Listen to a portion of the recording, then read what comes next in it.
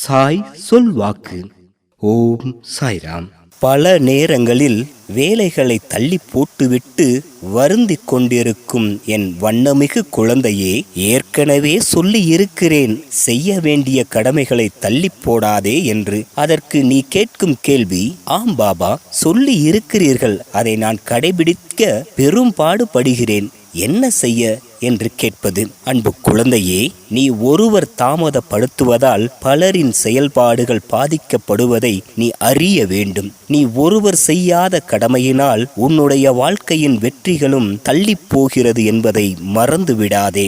இன்றைய சோம்பேறித்தனம் நாளை உன் வாழ்வில் பெரும் ரணமாக இருக்கப் போகிறது என்பதை உணர்ந்தால் உனக்குள் உத்வேகம் கிடைக்கும். அதிகாலையில் எழ பழகிக்கொள். அனுதினமும் என்னை வணங்க புரிந்துகொள். உதியோடு மதியை இணைத்து கடமையை செய்து பார். நான் சொல்வதின் ரகசியம் உனக்கு புரியும். கடமையில் கவனமாய் இரு, காரியம் விரைவில் கைகூடும். இது சாய் சொல்லும் சத்திய வாக்கு.